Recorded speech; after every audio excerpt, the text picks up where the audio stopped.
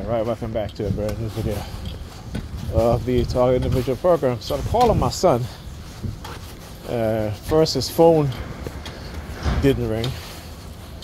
And I'm like, okay, here we go again. You know, you can say the phone must be ringing, but I can't hear it. Yeah, because it doesn't just go into voicemail, so his phone is not off. Called it again. Right?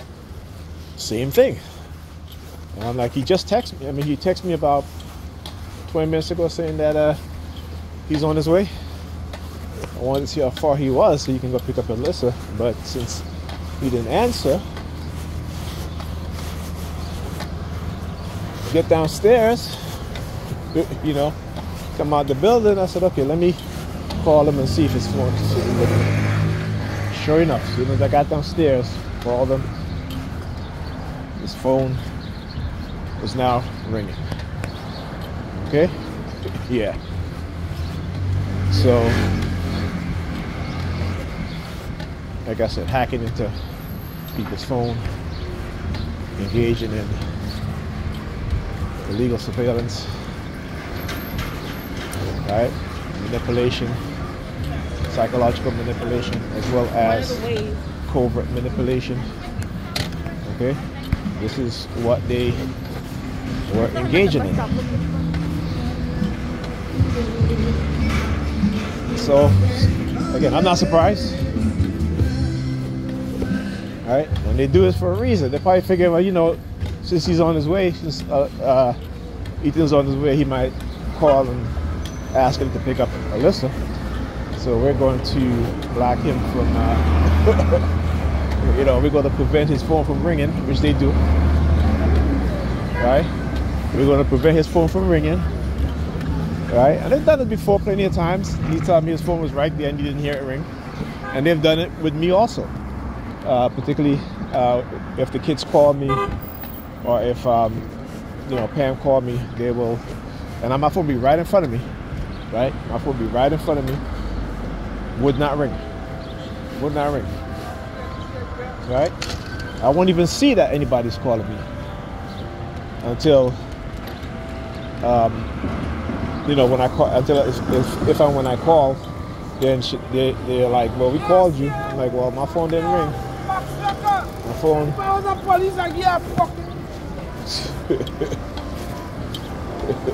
Tell you these women. You know, that's a woman, okay?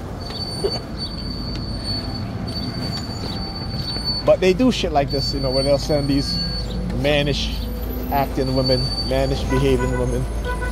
When I say mannish, I mean this masculine type of, these women will have this masculine energy about them.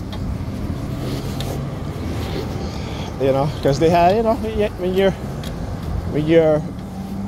grew up in a certain environment, your environment shapes you somewhat. You may, for some people may not be, some women may not have that overly manly type of presence, you know, but it'll be most, all right? It'll be most, all right? I always tell people, we always say, particularly Pam, she always say, well, you know, I grew up in such and such, and I wasn't like that. I say, well, listen, that's you. You know, you have different family dynamics, right? You gotta, one thing about us black people is that we are so tunnel vision in terms of how we look at things. We look at things through, particularly black women, they look at things through their anecdotal experience as if it's the norm, and it's not the norm. You know, so you can say something and if you're like, well, I grew up in this, I wasn't, okay, that's you. Okay, that's you, right? But you also got to understand that everybody is different. Some people have different family dynamics.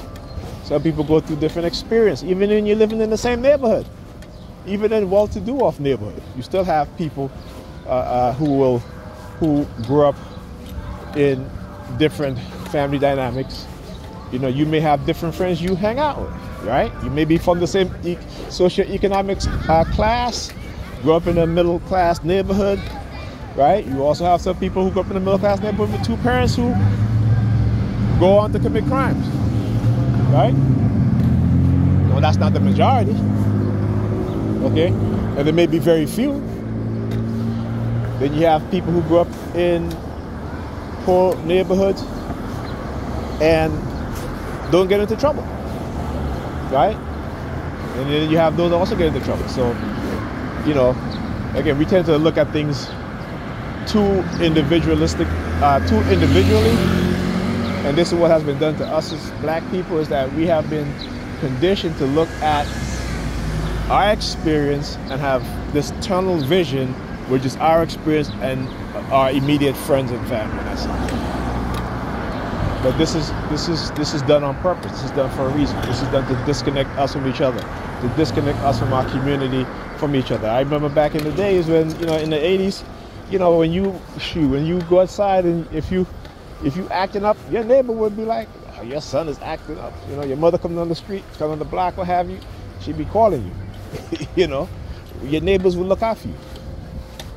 Not today. They've conditioned people today, particularly black people, to turn their back on their own children. So when these young kids are out in the street acting a fool, you know, getting into trouble, like throwing rocks at cars, and people will walk by and not say anything.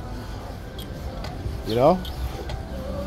Because again, these kids don't understand the danger of what it is that they're doing until something happens. Right? So if you're not warning the children, if you're not teaching them, how are they going to know what not to do and what to do? Right? See, we want to dump our kids and say, okay, they should raise themselves, right? That's what we want to do. That's what they condition us to do. And that's what they continue to do. And so within our community, even people my age, even older, they have this mindset of turning their back on their children, right? Because they don't see the importance of their children, you know, for the most part. And that's most of black people in the black community. Not all, but most. Anyway, I'll talk to you guys next week.